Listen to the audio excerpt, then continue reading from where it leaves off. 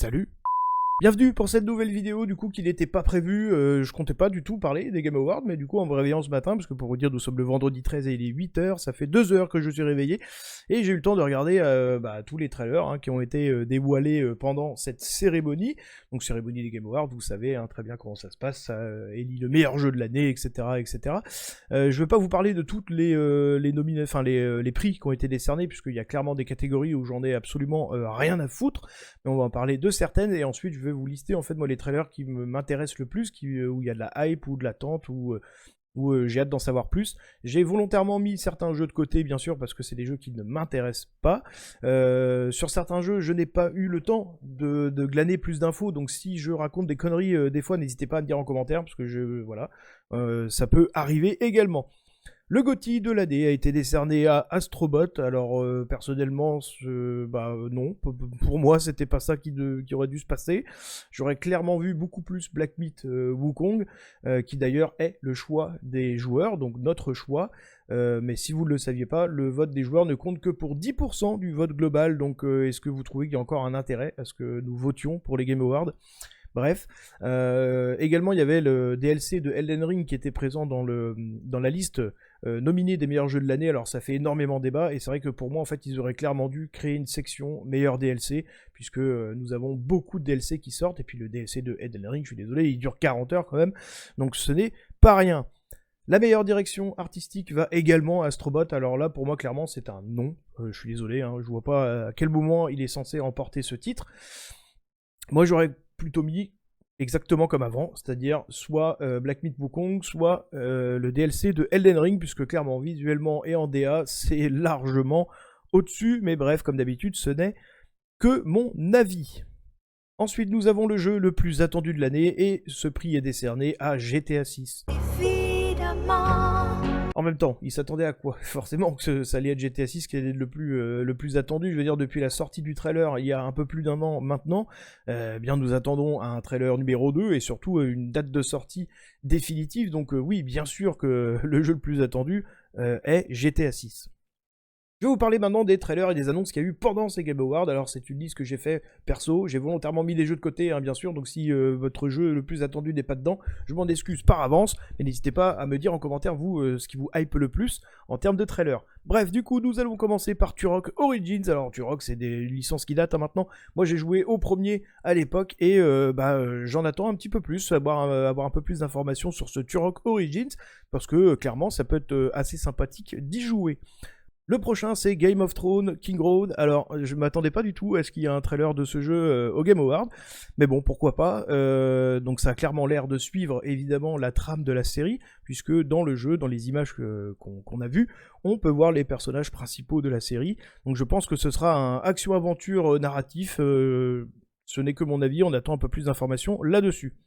Le prochain, c'est The First Berserker Kazan. Alors, je ne suis pas coutumier, je ne connais absolument pas cet univers, mais le trailer m'a plutôt intéressé et j'ai hâte d'en savoir un petit peu plus sur ce jeu, savoir exactement quel type de jeu c'est, et puis on verra à l'avenir. Ensuite, nous avons Intergalactic, The Heretic Prophet. Alors j'en parle principalement parce que le studio qui se cache derrière ce jeu n'est ni plus ni moins que Naughty Dog, donc les Uncharted, les The Last of Us, deux licences que j'adore. Et donc c'est clairement, je pense, leur jeu en monde ouvert dont ils nous ont parlé il y a quelques temps maintenant. À voir, j'ai hâte de savoir ce qu'ils peuvent faire en monde vraiment ouvert, ça peut être très intéressant, et le trailer m'a plutôt intéressé, donc voilà, c'est pour ça que je l'ai mis dans la liste, et on est à peu près à la moitié de cette liste.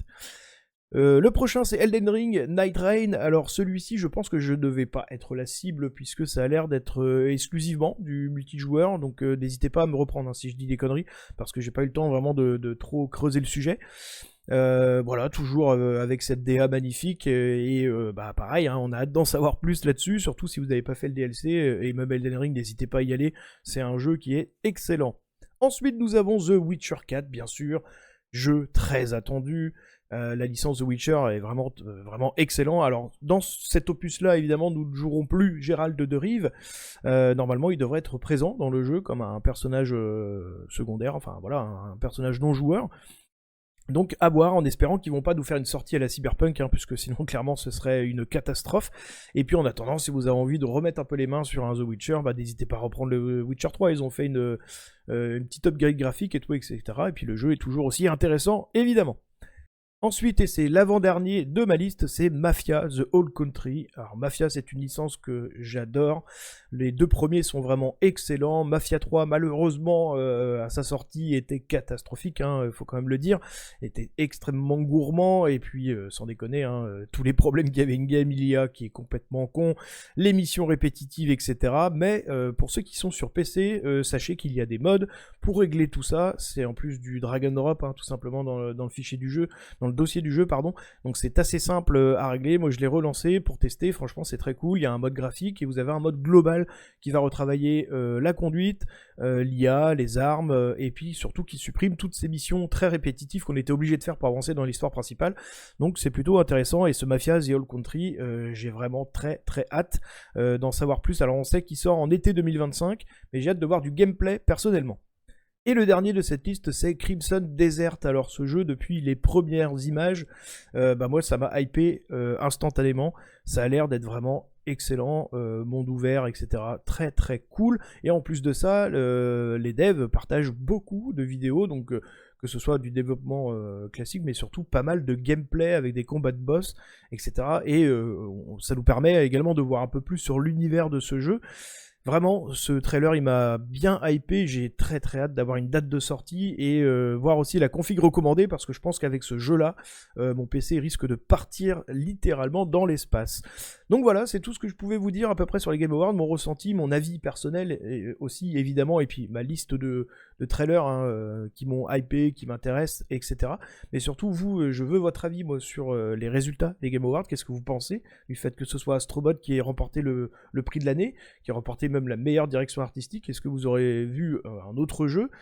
L'espace commentaire est fait pour ça. N'hésitez pas à en débattre aussi également, et puis à vous abonner. Vous savez que c'est gratuit et c'est un énorme soutien. Et moi, je vous dis à très très vite pour une prochaine vidéo. Salut!